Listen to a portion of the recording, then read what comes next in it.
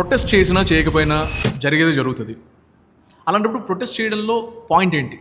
సరే, ఇక్కడ నీకు ఒక ఎగ్జాంపుల్ చెప్తా. 1970s చిప్కో మూమెంట్ అని, దీని గురించి మనలో చాలా మంది చదువుకునే ఉంటాం. తెలియకపోతే ఒకసారి గూగుల్ చేయండి.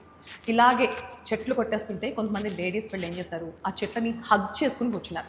నా it's a part of our history. So మీకు కావాల్సిన ఫలితం రావాలంటే మీరు ప్రయత్నం చేయాలి.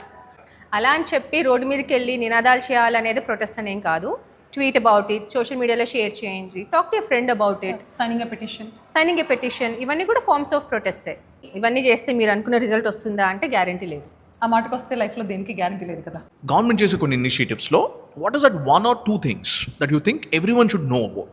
అండ్ ఈ బతుకమ్మ పండుగప్పుడు గవర్నమెంట్స్ లేడీస్కి చీరలు ఇస్తుంటాయి కదా. సో మనలో చాలామంది ఏమనుకుంటాం, ఏదో పబ్లిసిటీ కోసమో ఓట్ల కోసం అనుకుంటాం. కానీ దీని వెనకాల ఒక ఇంట్రెస్టింగ్ విషయం మనం మాట్లాడుకోవాలి. ఎందుకంటే ఈ ఆర్డర్స్ అన్నీ కూడా గవర్నమెంట్ ఈ పవర్ లూమ్స్ అండ్ హ్యాండ్లూమ్స్ వాళ్ళకి ఇస్తూ ఉంటుంది. ఎందుకంటే వాళ్ళకి ఇయర్ మొత్తం వాళ్ళకి పని ఉండదు. సో ఆ పని లేని టైంలో గవర్నమెంట్ నుంచి వచ్చే ఈ ఆర్డర్స్ వాళ్ళకి చాలా హెల్ప్ చేస్తాయి. And we're talking about thousands of families here. మనం బాగా నార్మలైజ్ చేసాం కానీ దిస్ ఇస్ నాట్ కరెక్ట్ అనిపించే ఒక్క విషయం చెప్పండి నాకు. ఈ రోజుల్లో ఈ సోషల్ మీడియాలో ఎవరిని ఎందుకు తిడుతున్నారో, ఆ తిట్టడం కూడా మామూలు తిట్లు కాదు, పచ్చి బూతులు. లైక్ మహేష్ బాబు నుంచి మన వరకు ఎవరిని వదలట్లేదు. ఫస్ట్లో కొంచెం బాధపడేదాన్ని.